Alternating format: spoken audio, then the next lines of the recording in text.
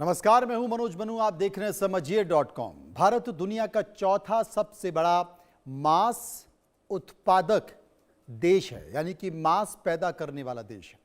भारत में हर दिन करीब 1,40,00,000 किलो यानी कि 14,000 टन चिकन लोगों की थाली तक पहुंचता है।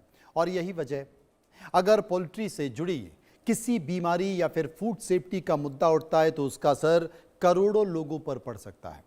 अगर मैं आपसे कहूं कि इसी चिकन को लेकर दुनिया की सबसे प्रतिष्ठित यूनिवर्सिटीज में से एक ऑक्सफोर्ड यूनिवर्सिटी की एक नई रिसर्च ने वैज्ञानिकों की चिंता बढ़ा दी है। इस रिसर्च में दावा किया गया है कि एक खतरनाक बैक्टीरिया कैंपिलोबैक्टर के दुनिया भर में फैलने में आधुनिक पोल्ट्री उद्योग की बड़ी भूमिका हो सकती है। और यही बैक्टीरिया जो आमतौर पर फूड पॉइजनिंग के लिए जिम्मेदार होता है, वो आपकी जान भी ले सकता है।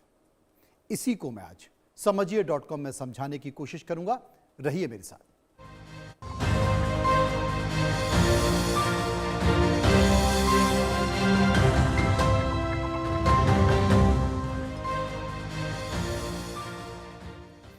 तो जैसा कि आपको पता है कि भारत में बहुत ज्यादा लोग, एक बड़ी जनसंख्या है जो मांस खाती है। और इसी को लेकर मैं ये खबर आपके सामने लेकर आया हूं कि ये कैसे आपके लिए खतरनाक होता है, भारत के साथ साथ कई दूसरे देशों के लिए भी। तो सबसे मैं आपको समझाना चाहता हूं कि इसे लेकर एक रिसर्च आई है ऑक्सफोर्ड यूनिवर्सिटी की। इस स्टडी में ऐसा क्या कहा गया है जिसने दुनिया भर के वैज्ञानिकों का ध्यान अपनी ओर खींच लिया है। दरअसल ये रिसर्च केवल किसी एक देश या एक फॉर्म तक सीमित नहीं है। वैज्ञानिकों ने 30 देशों में मिले कैंपिलोबैक्टर बैक्टीरिया के हजारों नमूनों के डीएनए की तुलना की है, उनको परखा है, उनको जांचा है। इसे जीनोमिक एनालिसिस कहा जाता है। इससे वैज्ञानिक ये पता लगाते हैं कि कोई बैक्टीरिया समय के साथ कैसे बदल रहा है और कैसे फैल रहा है। आपको नहीं पता रहता। अब उसकी नई किस्में कौन सी आ रही है। रिसर्च में यह संकेत मिला है कि आधुनिक कमर्शियल चिकन प्रोडक्शन ने इस बैक्टीरिया के वैश्विक प्रसार में अहम भूमिका निभा दी है। यानी कि जैसे जैसे दुनिया में बड़े पैमाने पर पोल्ट्री उद्योग बढ़ा है, वैसे वैसे कैंपिलोबैक्टर के अलग अलग स्ट्रेन भी देशों की सीमाओं को पार कर गए हैं। यानी कि वो एक देश से दूसरे देश में जा चुके हैं। ऑक्सफोर्ड की ये रिसर्च बताती है, प्रतिष्ठित वैज्ञानिक जर्नल PNAS में ये प्रकाशित भी हुई है। सवाल यह है कि आखिर PNAS क्या है, इसमें रिसर्च छपना कितना महत्वपूर्ण माना जाता है, इसको आप समझिए। PNAS यानी कि proceedings of the national academy of sciences, ये दुनिया की सबसे प्रतिष्ठित वैज्ञानिक पत्रिकाओं में एक गिनी जाती है। ये जर्नल अमेरिका की नेशनल एकेडमी ऑफ साइंसेज से जुड़ा हुआ। इसमें वही रिसर्च प्रकाशित की जाती है जो विशेषज्ञों की कड़ी समीक्षा से गुजरती है। यानी किसी भी अध्ययन को प्रकाशित करने से पहले दूसरे वैज्ञानिक उसकी पद्धति, डेटा और निष्कर्षों की जांच करते हैं। इसलिए PNAS में छपी किसी भी रिसर्च को वैज्ञानिक समुदाय गंभीरता से लेता है। विज्ञान लगातार नए सबूतों के आधार पर खुद को अपडेट करता है। इसलिए किसी भी नई रिसर्च को समझने का सही तरीका और उसके निष्कर्षों के संदर्भ में देखना होता है। इसलिए ये खबर लेकर आया हूं कि आप जो मांस खा रहे हैं वो आपके लिए कितना खतरनाक हो सकता है, कितना जानलेवा हो सकता है। और आप उसे जब खाएंगे तो आपके शरीर के अंदर वो इतनी बीमारियां पैदा कर देगा कि आपको पता ही नहीं चलेगा कि मुझे हो क्या गया। अब समझिए, पूरी कहानी के सबसे अहम किरदार को समझिए, जिसका नाम है कैंपिलोबैक्टर। यह एक ऐसा बैक्टीरिया है जिसे दुनिया में फूड बॉर्न यानी कि भोजन से फैलने वाली बीमारियों के सबसे आम कारणों में गिना जाता है।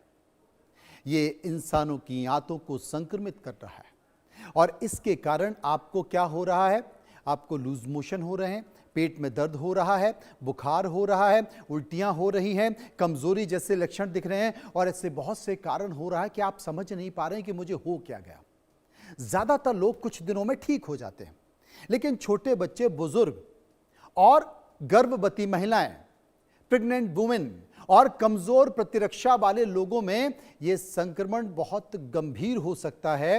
वैज्ञानिकों के मुताबिक कैंपिलोबैक्टर अक्सर कच्चे या अध पके किचन में पाया जाता है। अगर आप बाहर किचन खा रहे हैं तो आप मानकर चलिए कि बाहर जो चिकन आप खा रहे हैं वो चिकन ऐसी किचन से आ रहा है जिसकी आप कल्पना भी नहीं कर सकते। अब सवाल क्या है? सवाल है कि आखिर यह कैंपिलोबैक्टर इंसानों तक पहुंच कैसे रहा है? क्या यह चिकन खाने से बीमारी हो रही है? जवाब थोड़ा सा अलग है। असल खतरा केवल चिकन खाने से नहीं है बल्कि उसे संभालने के तरीकों में छुपा हुआ है। वैज्ञानिकों के मुताबिक जब किसी पोल्ट्री फार्म में मुर्गियां इस बैक्टीरिया से संक्रमित हो जाती हैं तो प्रोसेसिंग के दौरान ये बैक्टीरिया मांस की सतह तक पहुंच जाता है। अगर वहीं पर कच्चा चिकन रसोई में बिना सावधानी के रखा जाता है तो उसके रस या रॉ चिकन जूस से चाकू, कटिंग बोर्ड, बर्तन या दूसरे खाने की चीजें भी दूषित हो जाती हैं। इसे ही क्रॉस कंटेमिनेशन कहा जाता है और आपको पता ही नहीं चलता है। सवाल यह उठता है कि क्या चिकन ही कैंपिलोबैक्टर का सबसे बड़ा स्रोत है? यह बहुत खतरनाक बैक्टीरिया है, आप इसको हल्के में मत लीजिए। यह रिसर्च में इसका खुलासा हुआ है। दुनिया भर में कई वैज्ञानिक स्टडी बताती हैं कि इंसानों में होने वाले कैंपिलोबैक्टर संक्रमण के मामलों में बड़ा हिस्सा पोल्ट्री यानी कि चिकन से जुड़ा हुआ है। लेकिन इसका मतलब यह बिल्कुल नहीं है कि हर चिकन संक्रमित होता है या चिकन खाना अपने आप में खतरनाक है। असल में बात यह है कि मुर्गियों की आंतों में यह बैक्टीरिया बिना बीमारी पैदा किए भी मौजूद रह सकता है। उसका कुछ नहीं होता है, मुर्गी का कुछ नहीं होगा, मुर्गे का कुछ नहीं होगा। लेकिन ऐसी स्थिति में अगर प्रोसेसिंग के दौरान सफाई के मानकों का पूरी तरह से पालन नहीं किया जाता, जो कि नहीं किया जा रहा है, तो बैक्टीरिया मांस तक पहुंच जाता है। हालांकि चिकन के अलावा बिना उबला हुआ दूध, दूषित पानी, कुछ अन्य जानवर और खराब संक्रमित भी इस संक्रमण का शिकार बन जाते हैं। इसलिए वैज्ञानिक केवल चिकन को दोष नहीं देते हैं बल्कि पूरी फूड सेफ्टी चेन यानी कि फार्म से लेकर आपकी प्लेट तक की प्रक्रिया को महत्वपूर्ण मानते हैं। यानी कि सुरक्षित उत्पादन, सुरक्षित प्रोसेसिंग, सुरक्षित स्टोरेज और सुरक्षित कुकिंग, चारों चीजें बराबर जरूरी होती हैं। आपने देखा होगा अगर आप बाजार से निकल जाइए, बहुत सारे छोटे छोटे आप कॉलोनी मोहल्ले बने हुए हैं, वहाँ पर बहुत सारे मुर्गे टंगे होते हैं और वो चिकन उसकी ऊपर की सतह को उखाड़कर उसका जो शरीर है जिसमें मांस होता है वो लटका होता है। आप कल्पना कीजिए वही आपको पकाया जाता है। आप तमाम ढाबों में जाते हैं, ढाबों में कभी आपने जाकर देखा कि कैसे रखा होता है? नहीं रखा होता है। जिस तरीके से पोल्ट्री फार्म में इनको रखा जा रहा है आप उसकी कल्पना नहीं करते। छोड़ दीजिए बाकी सारी चीजें। आपने देखा होगा कभी कभी जब आप गाड़ी चलाते हैं तो अचानक ऐसे बहुत से मुर्गे मुर्गियां जो कि पोल्ट्री फार्म से सप्लाई करने के लिए जाते हैं ढाबों में, रेस्टोरेंट में, होटल में, आपने उनकी दशा और दिशा देखी है? उनकी दुर्दशा देखी है? गंदे होते हैं, पड़े होते हैं, कुछ मर चुके होते हैं। आप कल्पना कीजिए और बाद में फिर उन्हीं को छील छाल के आपको परोस दिया जाता है बना के, अधकचा, खतरनाक। इसलिए बहुत सारे लोग नॉनवेज खाना बंद कर रहे हैं। अब बात कर लेते हो तो शब्द की इस पूरी ऑक्सफोर्ड स्टडी के केंद्र में क्या है? इंडस्ट्रियल पोल्ट्री फार्मिंग, जहां पर ये जो मुर्गियां पैदा की जाती हैं, यानी कि बड़े पैमाने पर जो व्यावसायिक मुर्गी पालन केंद्र हैं। आज दुनिया में अरबों मुर्गियां हर साल तैयार की जा रही हैं ताकि बढ़ती आबादी की मांग पूरी की जा सके। लेकिन जब हजारों या लाखों पक्षियों को सीमित जगह में पाला जा रहा है तो फिर किसी भी बैक्टीरिया के फैलने की संभावना भी बढ़ जा रही है। वैज्ञानिकों का कहना है कि बड़ी आबादी, तेज उत्पादन और वैश्विक व्यापार तीनों मिलकर बैक्टीरिया को एक देश से दूसरे देश तक पहुंचाने में मदद कर सकते हैं। हालांकि इनका मतलब ये नहीं है कि हर बड़ा पोल्ट्री फार्म असुरक्षित है। दुनिया भर में कई आधुनिक फार्म बायो सिक्योरिटी मानक अपनाते हैं, जहां पर साफ सफाई, बीमारियों की निगरानी और संक्रमण रोकने के लिए सख्त नियम लागू होते हैं। यानी कि जोखिम उत्पादन के आकार से नहीं है बल्कि सुरक्षा मानकों से तय होता है। और यही बात इस रिसर्च का भी सबसे महत्वपूर्ण संदेश है, ये समझ लीजिए।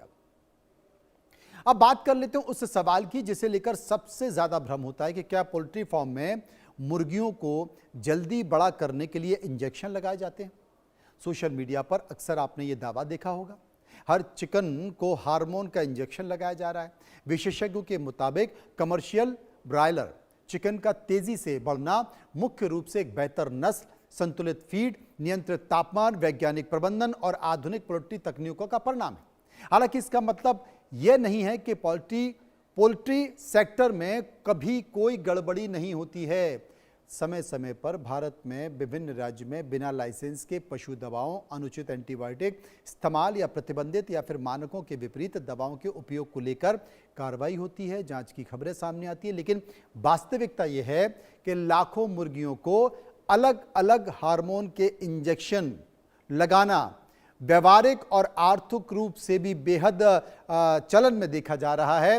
विशेषज्ञ बताते हैं कि पोल्ट्री में इंजेक्शन की जो ज़रूरत पड़ती है तो आमतौर पर यह वैक्सीन या बीमार पक्षियों के इलाज के लिए दी जाती है, लेकिन इनको बड़ा करने में भी बड़े पैमाने पर इनका इस्तेमाल हो रहा है।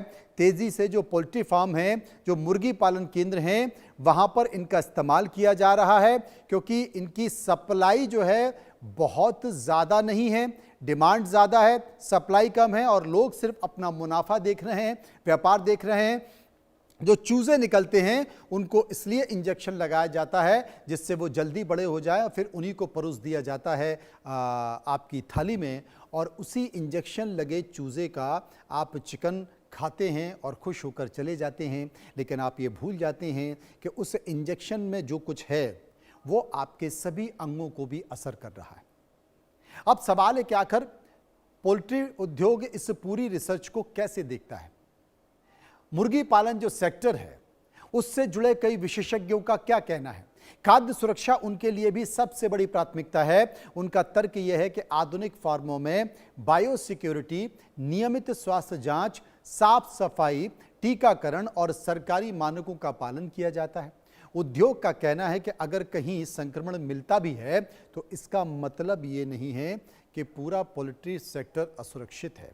वहीं वैज्ञानिकों का कहना है कि रिसर्च का उद्देश्य किसी उद्योग को दोषी ठहराना नहीं है, बल्कि लोगों की चिंता करना है कि उनके पास किस तरीके से साफ सुथरा मांस पहुंचे जिसकी सबसे ज़्यादा ज़रूरत है। यानी कि एक तरफ उद्योग कहता है कि वो लगातार सुरक्षा मानकों का बेहतर ख्याल रखता है, दूसरी तरफ वैज्ञानिक ये कह रहे हैं कि भाई पोल्ट्री फार्मों में जो एंटीबायोटिक्स दिए जा रहे हैं उनके उपयोग पर नियंत्रण होना चाहिए, रोक लगाई जानी चाहिए, क्योंकि संक्रमण की ट्रैकिंग बेहतर तरीके से तभी की जा सकती है जब उनकी निगरानी की जा सके, लेकिन ऐसा हो नहीं रहा है। अब सवाल क्या है? अहम सवाल, अगर पोल्ट्री फार्म में सुरक्षा के इतने इंतजाम होते तो फिर कैंपिलोबैक्टर आखिर फार्म तक पहुंचता कैसे? वैज्ञानिकों का मानना है कि इसके कई रास्ते हो सकते हैं। जंगली पक्षी भी हो सकते हैं, कीट पकौड़े हो सकते हैं, चूहे हो सकते हैं, दूषित पानी हो सकता है, फार्म में आने जाने वाले वाहन हो सकते हैं, जब तक कि कर्मचारी के जूते कपड़े, क्योंकि अगर आप वहीं पर हैं तो लगातार वो तमाम सारी इन्फेक्शन की चीज़ें होती हैं। अगर किसी भी फार्म में बायोसिक्योरिटी यानी कि जैव सुरक्षा के नियमों का पूरी तरह से पालन किया जाए तो संक्रमण का खतरा कम हो सकता है, लेकिन ऐसा होता नहीं है, इसलिए संक्रमण का खतरा बढ़ जाता है। ऑक्सफोर्ड की स्टडी में भी इस बात पर जोर दिया गया है कि बैक्टीरिया केवल एक देश या फॉर्म तक सीमित नहीं है, ये वैश्विक व्यापार के तौर पर बढ़ गया है। पक्षियों की आवाजाही, पर्यावरणीय कारण भी इसके प्रचार प्रसार में भूमिका निभाते हैं। मजबूत निगरानी, साफ सफाई और संक्रमण को फॉर्म तक पहुंचने से रोकने की रणनीति की सबसे प्रभावी मानी जाती है। यानी कि बीमारी का इलाज बाद में, रोकथाम पहले। लेकिन पोल्ट्री फार्म की जो स्थिति है उसकी आप कल्पना नहीं कर सकते, वहां पर इस बात का बहुत कम ख्याल रखा जाता है। अब सवाल है भारत का, हमारे देश में कैंपिलोबैक्टर की क्या निगरानी हो रही है? विशेषज्ञ मानते हैं कि इसे और मजबूत करने की जरूरत है, जितनी होनी चाहिए उतनी नहीं हो रही है। भारत में ICMR, फसाई यानी कि FSSAI, पशुपालन विभाग और कई मेडिकल और रिसर्च संस्थान खाद्य जनित संक्रमण और एंटी माइक्रोबियल रेजिडेंस पर अध्ययन करते हैं। हालांकि कैंपिलोबैक्टर की जांच हर अस्पताल में नियमित रूप से नहीं होती है, इसलिए इसके वास्तविक मामलों की संख्या अनुमान से अधिक भी हो सकती है। पिछले कुछ सालों में भारत ने वन हेल्थ अप्रोच पर जोर देना शुरू किया है, जिसमें इंसान, जानवर और पर्यावरण के स्वास्थ्य को एक साथ जोड़कर देखा जा रहा है, क्योंकि अगर निगरानी नेटवर्क और मजबूत हो तो संक्रमण की पहचान जल्द होगी और रोकथाम भी अधिक प्रभावी हो सकते हैं। यानी कि भविष्य की सबसे बड़ी जरूरत बेहतर डेटा, बेहतर लैब और बेहतर निगरानी बहुत ज़रूरी है, लेकिन हो नहीं पा रही है। तमाम सारी परिस्थितियों के बीच ये चिंता की बात है। कुल मिलाकर ऑक्सफोर्ड यूनिवर्सिटी की ये जो स्टडी है, जो कि चिकन के खिलाफ कोई अभियान नहीं है, बल्कि लोगों की सुरक्षा का एक मुद्दा है और एक महत्वपूर्ण चेतावनी है। ये एक रिसर्च का संदेश है। दुनिया के बढ़ते पोल्ट्री उत्पादन के साथ साथ बायोसिक्योरिटी, साफ सफाई, बीमारियों की निगरानी भी है। इससे पहले कि ये चिकन आपकी थाली तक पहुंचे, आपको बीमार करे, आपको अस्पताल पहुंचाए, इसलिए समझिए.com में मैं इस विषय को लेकर आया था। फिलहाल इतना ही। नमस्कार।